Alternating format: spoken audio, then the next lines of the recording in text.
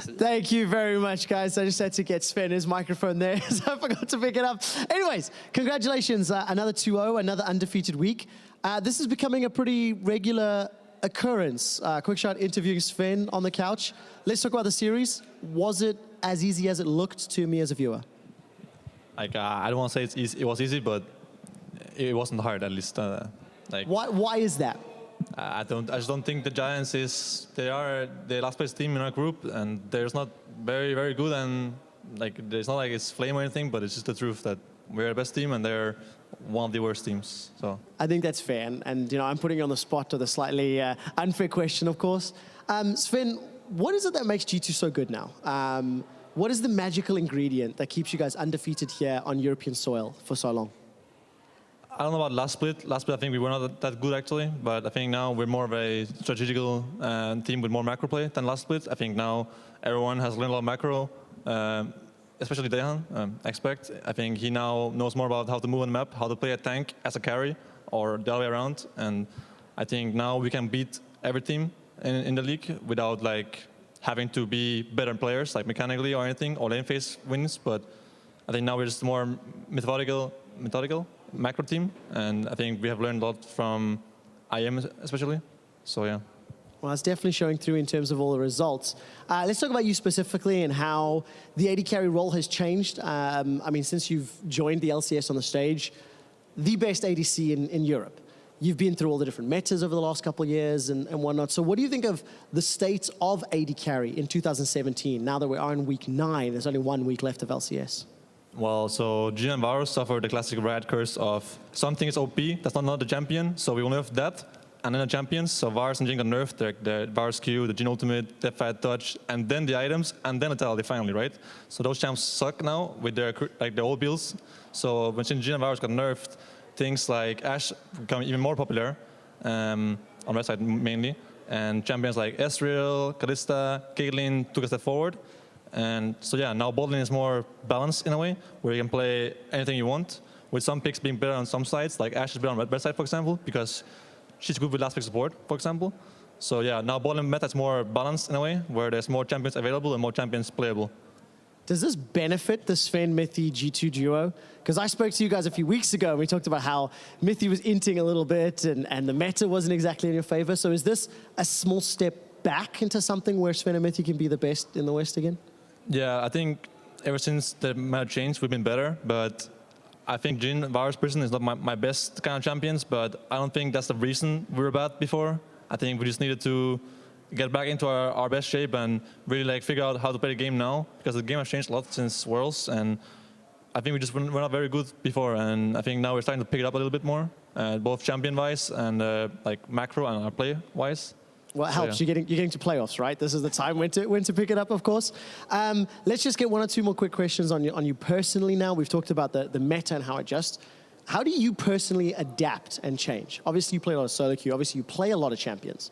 But how big of a shift is it going from, you know, Kalista last year to Jhin this year to now Ashe, for example, for you personally? Well, for AD carries, there's never been main champions in my role, right? Like top has tanks, AP carries, assassins, mid has the same kind of thing, where there's more champions to play. Whereas in bot lane, the meta only goes back to something that was played before. There's never new champions. There's like 1 AD carry a year, right? So you don't have to learn anything. You just have to go back to what you played before, right? I have always played something. Like I played Ashe before, right? I played Kalista before. So going back to something is easier than learning something new. But for patch changes, you have to like test the new things, like Warlords, for example. You just play 20 games in a row with Warlords, and like, this really sucks, and oh, this is really OP, so now I'll play it too. And then sometimes you're right, sometimes in hindsight you're not right, and you just have to test it in scrims against real players, against like real teams, and you test the solo queue, and you try to like figure out if it's good or not, and then yeah. Well, it definitely shows. I mean, undefeated again in spring. Sven, thank you very much for the interview, and I'll probably see you next week. Before that, though, let's head up to the analyst desk to rack up the day with a post-game lobby.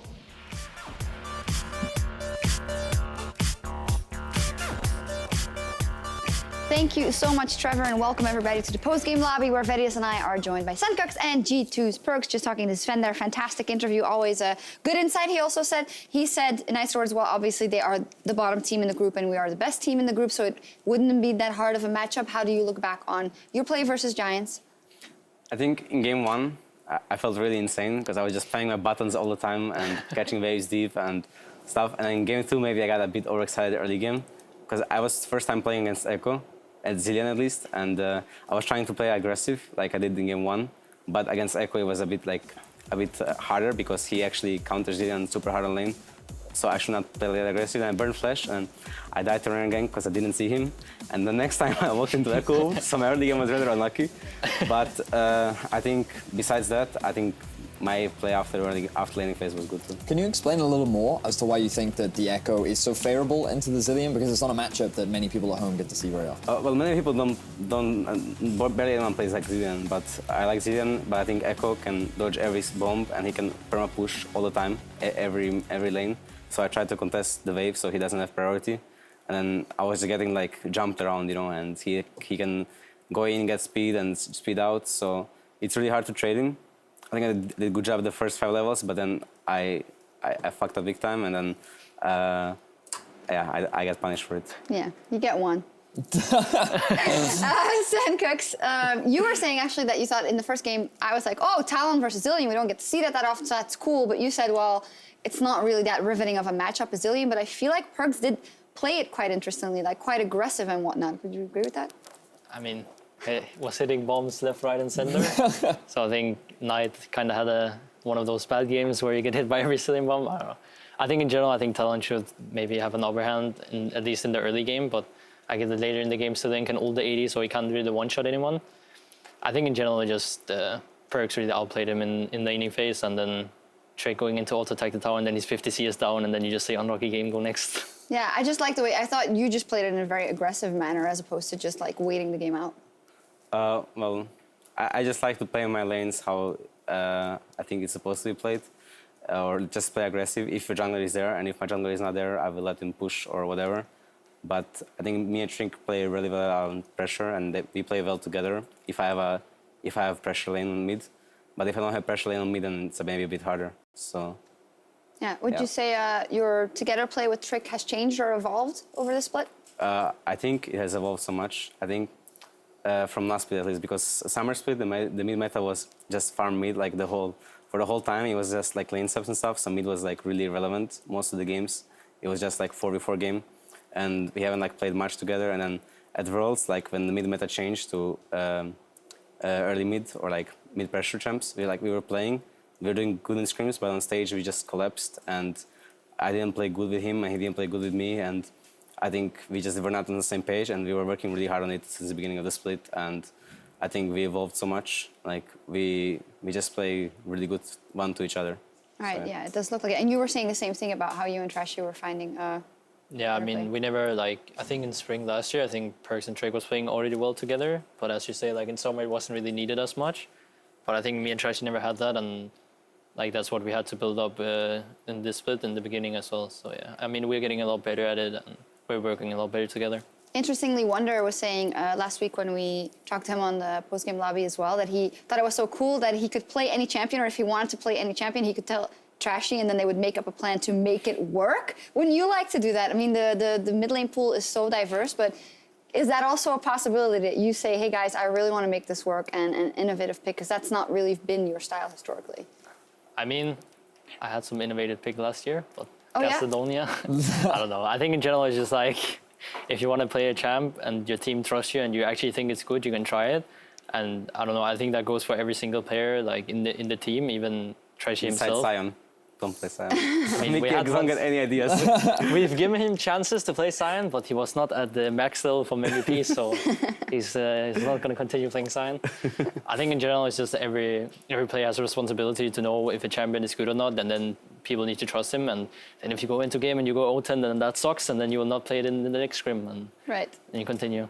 Yeah, what was it last week? Because you guys had a draft, and we had the feeling that Yamato said, hey, you can all play whatever you want. And Mickey was feeding... Oh, it was first pick Trash, wasn't it? Oh, I think so. Yeah. It was first pick Trash, and it was a Fizz game as well. And Mickey didn't have the best game, so we made a meme that he would never be allowed to pick whatever he wants. But I mean, he hit hooks today, so it's fine. Yeah. He gets food. No food? Yeah, no hook, no food. No hook, no food. That used to be Dale or me, right? Yep. Wasn't it? Yeah. All right. In any case, for this series, the player of the series was Expect there, and we heard Sven talking about as well how he feels that on a macro level, Expect has improved enormously. Is there anything more you can say about that? Because it's very obvious in the games, but. Yeah, I think it's insane. Like his improvement over the course from Summer Split, where he came from LSPL team, which is like basically like you didn't know anything about the game or like life as a pro player. So it was just like he adapted to EU style and he learned everything about the game with us, and he was like really willing to learn. So it was amazing. Actually, it's amazing to work with this kind of person who just accepts every kind of criticism.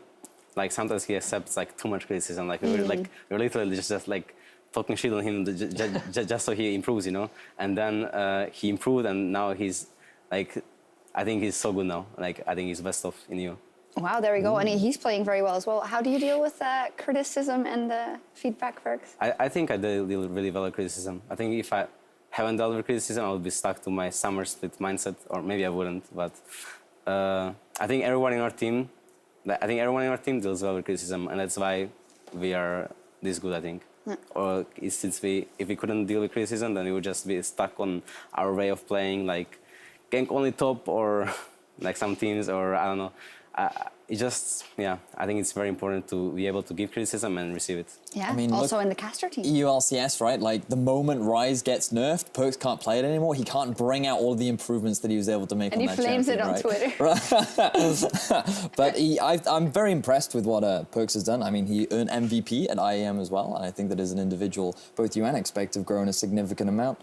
How much do you feel that was thanks to the support staff that you have? Because a lot this split, we've actually been looking at the support staff and considering how much value it really does bring to teams. I think the support stuff is useful, and it was a great addition by G2. Like, it relieves some pressure from Joy, some pressure from us, some pressure from organization, and but I think it's mostly it was myself reflecting upon myself and trying to like step down of trying to be a star player like I did in Summer Split, was trying like too much and just playing how I think it's supposed to be played and try to play like as perfect as I can. I will never play perfect. There is always something I can do better, but I will try to play as perfect as I can. Like my role, how it's supposed to be played. If I'm supposed to go in, I will go in. If I'm supposed to die for my team, I will not play for KDA. If I'm supposed to play for KDA, I'll play for KDA. And yeah, I think I have improved a lot, and I will just look to keep improving. Yeah, it does show. Sandcox Perks has all the personal goals for this year in the split. What was for you kind of the personal goal for your mid lane play specifically? Wanted to get away from this passive style of play, like what is known for playing Cassidy and Melsa, standing at your tower, getting behind in CS kind of style. So I want to shift away from that and show what more that I can do and how I play in scrims and stuff and play more like that on stage, I think. Play more aggro. Well, you got to play today. You guys beat Vitality to an also pretty handy win there in the end. And you guys also locked in your spot for the playoffs officially. So you'll be going to the quarterfinals. At least, Perks, did you see a lot of this? How did Sandcox play? I actually didn't see the game because we were in the shuttle. Yeah. I saw game 2, and game 2 was just like, his matchup is just like, I don't think Hassan is the best pick. But maybe it's good, like maybe I'm being close-minded, but I think like Hassan just gets pushed in, and if you have a losing bot in the matchup, they can just go mid and take your turret. But I think Sandcox played really good after, like he was actually doing good in teamfight and stuff, and the level 16 power spike hit in, then the Cacedonia shines. I mean, the game got kind of out of hand at one point, and I think they should have been able to win the game of taking Nash, but they didn't really force too much, and then just hit level 16, and then it's time to fight with a 1-sec cooldown on a jump, and the first game was pretty stompy, so yeah. I think in general there's not much to take from the second game from a player. Like, you can't really point out one player that did really well from our team because it was mainly just like farming out from every single side and played from there. This time was really sick though, like on our hard running. It's Mickey expert. I mean, I think actually he didn't have flash. I thought he had flash.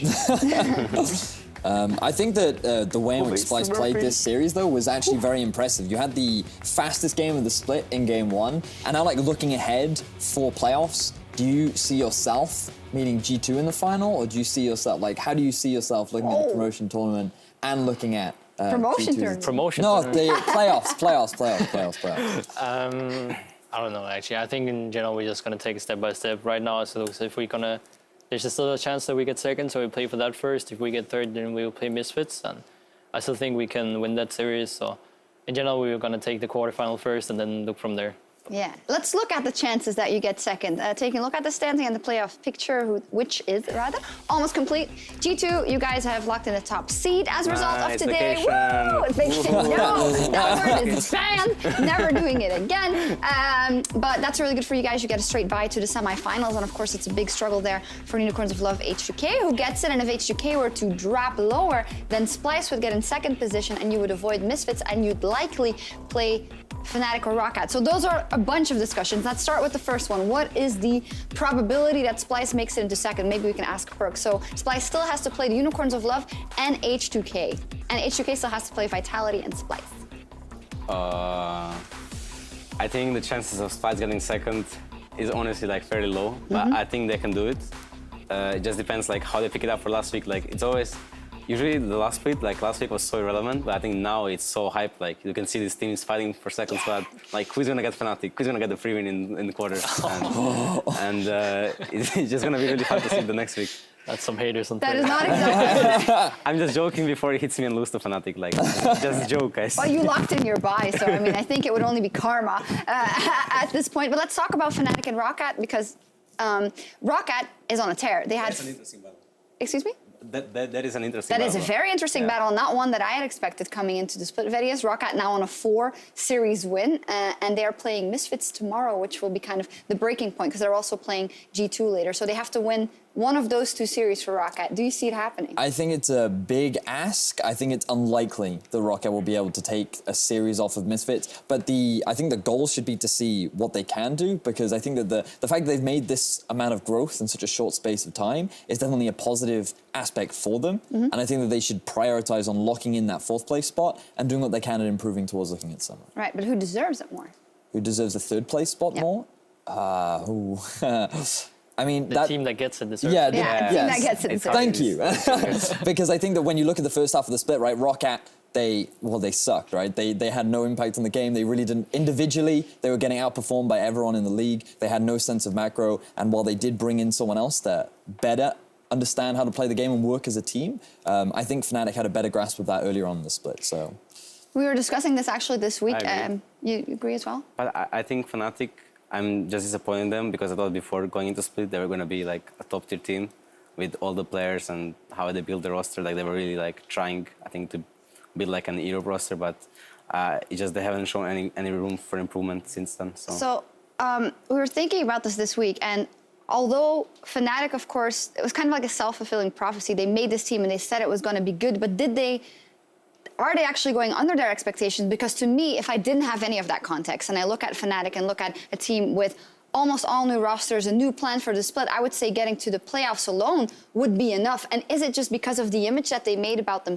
around themselves of like, hey, this is the all-English roster, that we just had bigger expectations for them than what was reachable?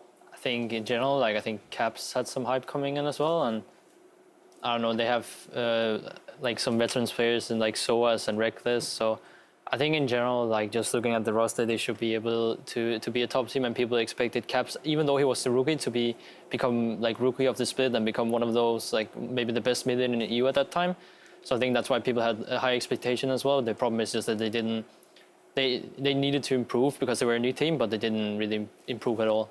Luca, do you think that Caps hasn't been able to come into his own or be that dominating as we kind of not thought he would, but maybe he could because of the team's performance, or is he just not there yet or not able to get there? I'm not sure. Okay, I think at the beginning of Split, like before going into Split, I thought like I was playing against Caps in solo queue and some like mix-up scrims, and I was playing against Fnatic in scrims, and I was getting so destroyed every game. I was like, oh, no. I was getting really triggered, and then after like, because I didn't play that much in season, I was doing school and other like real life stuff, so I was like getting a bit depressed, so I started finding spamming more games, and after like 2 or 3 weeks into the split, I felt that he didn't improve as much as I did over the course, and I think it might be because of the team problem, like I don't know, coaching infrastructure or whatever. It didn't like allow him to improve as a player. I still think like he has great future. Like he's just his first split. It's a bit unlucky, like on and off, but I think with some time, like he will be a really good mid laner. Yeah, that's definitely something to follow up on Caps' individual performance. And when we look at the individual performances as a whole, Splice's Wonder has extended his lead at the top of the Player of the Series leaderboard. 6 points. Jankos, then Kakao, and Sven with 4, and expect me talking to Chachi 3. No Sankuks, no perks in. I'm getting robbed. Robbed? Well, you happen to have a couple of people. I'm really getting robbed this split, I think. I got robbed last week. So should you be in the place as Sven or expect? Or what? I think on the Wunder place. Joke. Actually, how many series did we win? Was it 7? I think we've won. Yeah, I guess 7. Wunder is just carrying alone. You know, that's my guess. Wonder is insane. I mean, can you say something nice about Wonder? I mean, I think he's the best top lane in the EU, so I think. Actually, how long have you now been playing with Wonder? Because we had this great conversation earlier on that I think is a beautiful story between him and Wonder. I mean, I went to school with his cousin, so we've known each other for about 5 or 6 years, and we used to play kind of for fun on a really low elo team back in season 2, I think it was, and then we kind of grinded together and played through Challenger Series, and now we're standing on the LCS stage. Better love story than Twilight, right? Fantastic. Yep. But what I want to know is, you just called Wonder the best top laner in EU. He just called Expect the best top laner in EU. So how close is it, and who's wrong? I don't know. I'm just judging by my own personal improvement of him and how he plays with us. I can't know what Wunder does for his team. Maybe he is better and more influential for Splice, but I'm not sure. So it's always hard to judge. It's always like a double-edged sword. He can be better, or this guy can be better. Maybe he can have better games. This guy can have worse games. I think, it's debatable. I think in general, Wonder, from an outside perspective, it's easier to look at individual players because you don't know what players do in comms and as a team. And I still think that Wonder has outshined pretty much every top laner that's been in EU last split and also this split. Chachi or the Wamne? Ferius, way in here. I think that both top laners add a lot of value to their team, but when you look at G2, you can make the argument that Expect does his job for what he needs to do to the team, right? When we look at the lineup, you can play around Sven now because of the shifts in AD carry meta. You can play around Perks if he wants to, rather than playing Zillion. That's up to him. But you can also play around Trick, right? So Expect isn't necessarily expected to be a carry. When we look at Splice, in my opinion, I tend to look more at the top laners when I think of carries, because I think that on a mechanical level, Wonder has the advantage in many instances, and I think that it's just that the expectation lies on him to be more of a carry than, say, Expect would. That's not to say that one is necessarily better than the other. They just bring different things to their teams, right? Yeah, we're definitely not biased over here at all. I could agree. I mean, it's only natural that you're biased towards your own team members. Yeah, of course. I will say my team is the best. My teammates are the best. Yeah, all right. I mean, they're in first. I don't know if I can say it. Maybe, actually, my teammates are the best. I'm the problem. That's why. Exactly. If anything goes bad, I'm the problem. Read Reddit. It's always the same. All right. Well, we'll see, and we'll also be following up. G2 is still undefeated. So is that going to change? Are you gonna drop the ball? I mean, I'm gonna try hard, work hard. To drop the ball? No, to the split. But if it happens, I would not think it will be a necessary bad thing. TSM was into P1 last split and ruining their undefeated split, I think. It's just some things that can shock you a bit before playoffs, I think is not bad, but if we lose, we are not gonna get complacent. I think we are gonna do well. Yeah, that is what we want to hear going into the postseason as well. But if you get that MSI spot and whatnot, but that is all in the future. For us, though, also in the future, we'll be back tomorrow at 5 p.m. Central European Time for another evening of EU LCS Rockout versus Misfits, OG, UOL, H2K, Vitality, Fnatic, Giants. I really want to see if Rockout can do it. That'll be all the hype for me in the beginning of the year. I think that's going to be a big one, see how much Rockout have improved. Misfits will be a big test for them, but also I think Giants versus Fnatic is an extremely exciting matchup because of how much it means for the standings. And I mean, we've already seen Fnatic fall to Rockout. Will they end up falling to the other bottom team as well? Yeah, I'll have to see. Fnatic, they can't drop the ball there, or it's pretty dire for them.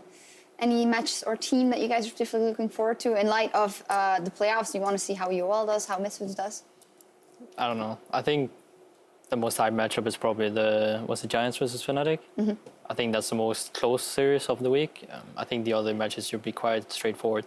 All right. I agree. I think Fnatic still has the upper hand, or should have, but I wouldn't be surprised if they lost. I still expect them to win. And for playoffs, I think Unicorns is looking really strong again, which is, I don't know, the first 5 weeks they are so good, and then they have a slump for 2 weeks, and then they play against H2K and they win. And pretty convincingly. So I don't know, unicorns are on fire now. Fear their horns. Fear their horns. They are on fire. That is true. We'll see that I'm gonna tomorrow. hear that on stage next week. Fuck. You're gonna hear that, yeah. All right. Are you the guy that's always screaming in the crowd when you play? Can you do it? Do you know what he does? I rather not cringe over. I would say that Kobbes' impression of it is probably the best. Oh, his impression? All right, we'll have to remember that if he ever joins us on the desk. But thank you guys very much for joining us and talking about all things League of Legendo. Thank you so much. We'll see you tomorrow at 5 p.m. Central European Time. That is 9 a.m. Pacific as the EU LCS 2017 Spring Split continues. Have a great night. Peace.